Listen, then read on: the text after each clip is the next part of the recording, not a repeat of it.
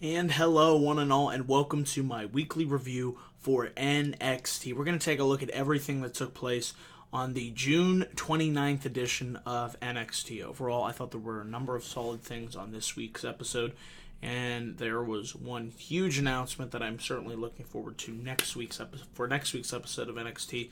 So this episode I thought was very effective, was definitely an improvement over last week's show, and therefore it led me to just taking a number of positives out of this week's show. So without further ado, I will get into my full thoughts and opinions on NXT. So we kick things off this week with women's action. We had Alexa Bliss versus Carmella based on the interaction between them the previous weeks. Bliss calling out Carmella for being the one that was pinned in the triple threat match between her, Carmella, and Nia Jax. Therefore, Bliss believed that she was rightfully the number one contender for the NXT Women's Championship. Carmella took issue with that. Therefore, we had this match between them. Overall, I thought this was a solid opening match.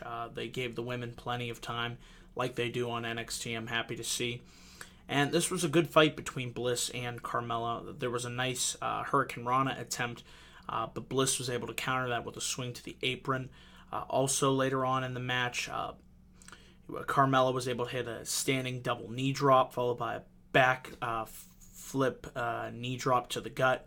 Like I said, Carmella is improving in the ring each and every week. She's becoming one of the better workers here on NXT, and this match certainly proved it. Alexa Bliss, very good in her own right. Can't wait to see her on the main roster one day. Might we see both of them in the draft? We'll have to see.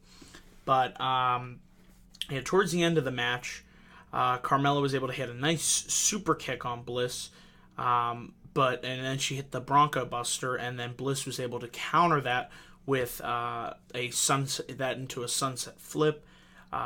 Bliss tried to go up top, but Carmella cut her off, and then Carmella was able to flip Bliss off the top rope with a handstand Hurricane Rana that looked really nice, and then Bliss was able to slam Carmella to the mat after grabbing her by the throat.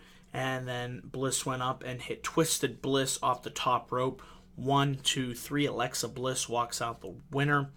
Like I said, good, solid match. Gave him enough time. Bliss went over here. Don't have a problem with that. And after the match, later on in the show, Bayley was being interviewed backstage talking about how she wants to get back into the NXT, her women's championship opportunity title shot against Asuka. Bliss would come in and would get in Bayley's face and say that, no, you're going to have to go through me because I was the one that wasn't pinned in the triple threat match. Bliss wasn't the one that, she just beat Bayley's best friend, Carmella. Therefore, Bliss believes that she should be the number one contender to the NXT Women's Championship. And it looks like we will be getting Alexa Bliss versus Bayley down the line. So most certainly looking forward to seeing that match take place. But yeah, this was a good way to kick off NXT. Also, throughout the night, we had two good interview packages. One for Shinsuke Nakamura talking about his relationship with Finn Balor, how he watched Balor's rise from debuting in NXT in 2014 to present when he was in Japan. And then Nakamura eventually made his way to NXT, and that he realized that the only way to get to that NXT championship is to take down the icon himself, Finn Balor, which that match will be taking place in 2 weeks. Cannot wait for Balor versus Nakamura. It's going to be an electric main event, probably Balor's last match on NXT. Likewise, they did an interview segment with Balor, sit down. He talked about what it means to face somebody like Shinsuke Nakamura. They've been good friends. They both know each other's family. So these were two solid video packages, and something that I'm really a fan of when NXT does the sit-down interviews or just the promo packages or whatnot. There's very good production values. They really get you invested into the wrestlers, and you get to know them more so on a personal basis, and I commend NXT for that. So these were two, like I said, enjoyable video packages on this show. We then had Andre Cien Almas versus Noah Paches. It really was just a showcase match for Almas. He maintained a good amount of control throughout the majority of this match. He was able to hit a wheelbarrow bulldog, which looked really nice. and Almas was able to hit the running double knee finish for the victory. So not much more you can say about that. I'm interested to see where Almas heads going forward. I think he's a good wrestler. Don't know too much about his character per se. What are his motivations? Why is he in NXT? So hopefully we get a little bit more backstory on that in the weeks to come, and it'll be interesting to see the role that he takes on that NXT TakeOver Back to Brooklyn on August 20th. Can't wait for that show. We then had an interview backstage with Austin Aries. He was asked, why did you do what you did to No Way Jose? Aries pretty much said he attacked No Way Jose because of the way that the crowd cheered for him. And the fans weren't really cheering for Austin Aries toward the latter few months here. They were kind of giving him a mixed reaction, saying Aries sucks. And Aries, I like this, he said he is going to give them a reason to boo.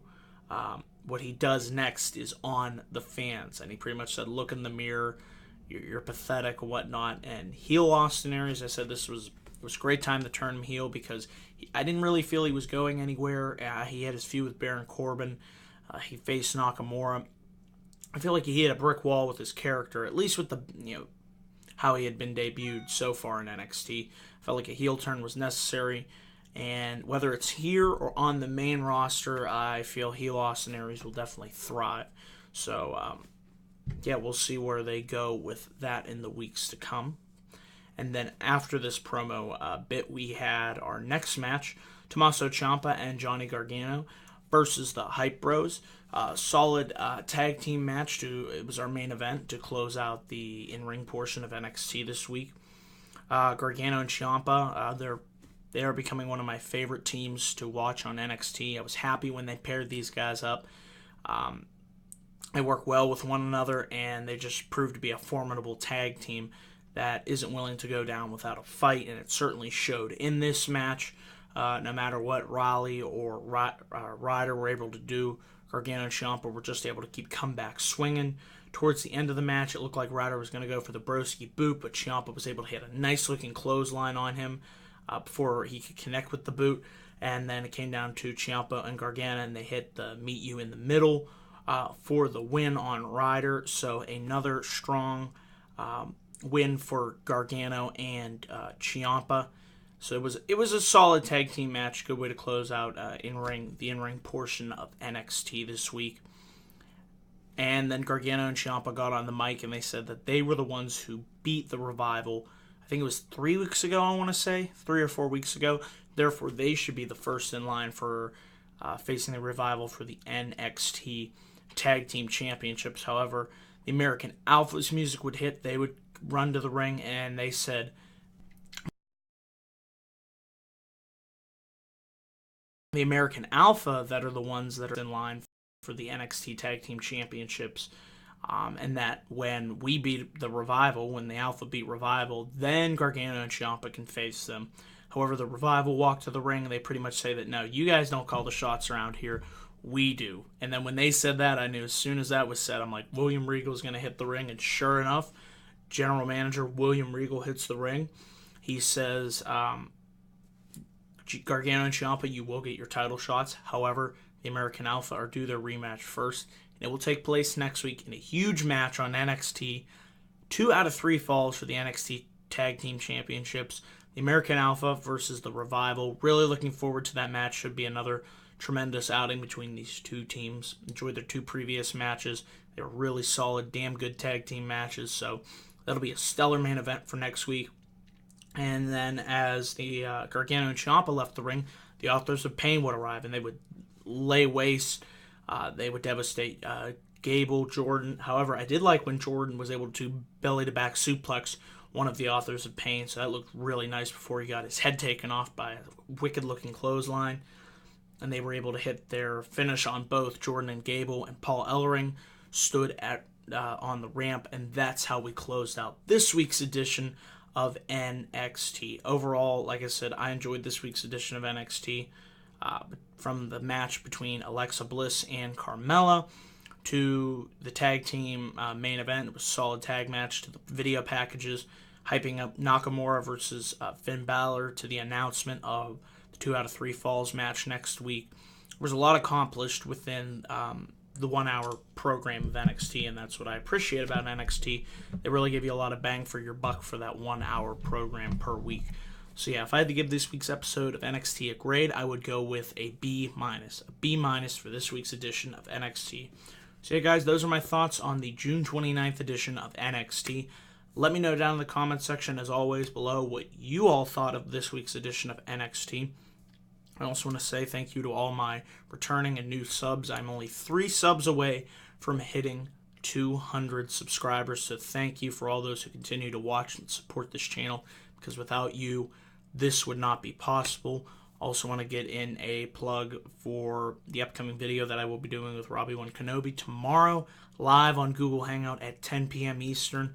It'll be a 10-question Q&A between Robbie and myself, so stay forward to that. Got some good questions lined up, so that'll be a fun video to be a part of. Also, be on the lookout for my Let's Play WWF No Mercy videos. They should be uploaded sometime this weekend. And as always, my live Raw review. Actually, there will not be a live Raw review because of the 4th of July holiday on Monday. So my Raw review should be up sometime on Tuesday. So with that all out of the way, thank you all for watching, and I will see you guys in my next video. Until then, guys, peace.